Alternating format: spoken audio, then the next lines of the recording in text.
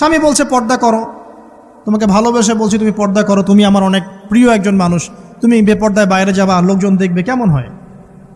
ঠিক আছে, তোমাকে তো আমিই বিয়ে করেছি, তুমি আমার মানুষ, তোমাকে দেখবে কেন?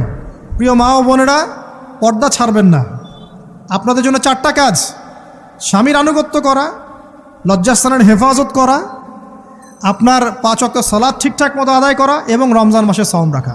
নবীজি বলেছেন সাল্লাল্লাহু আলাইহি ওয়াসাল্লাম, জান্নাতের যে কোনো দরজা দিয়ে ইচ্ছা আপনি প্রবেশ করতে পারবেন। আপনার জন্য সহজ। আর স্বামীর আনুগত্য বলতে আমি বুঝাইনি স্বামীর দাসত্ব করতে হবে, এটা বলিনি। এখনকার কিছু ফ্যামিলিস্ট মেয়ে আছে, ওরা আনুগত্য শব্দ মনে হয় যে দাসত্ব মনে হয়। আনুগত্য দাসত্ব এক জিনিস না। আনুগত্য কি? স্বামী কোরআন সুন্নাহর অনুকূলে কোনো কথা বলেছে, আপনি মানবেন। স্বামী বলছে পর্দা করো, তোমাকে ভালোবেসে বলছি তুমি পর্দা করো, তুমি আমার অনেক প্রিয় একজন মানুষ, তুমি বেপর্দায় বাইরে যাবা, লোকজন দেখবে, কেমন হয়? ঠিক আছে, তোমাকে তো আমিই বিয়ে করেছি, তুমি আমার মানুষ, তোমাকে দেখবে কেন? ঠিক আছে, তো এখন স্বামী ভালো কথা বলেছে, আপনি শুনলেন, এটা আনুগত্য।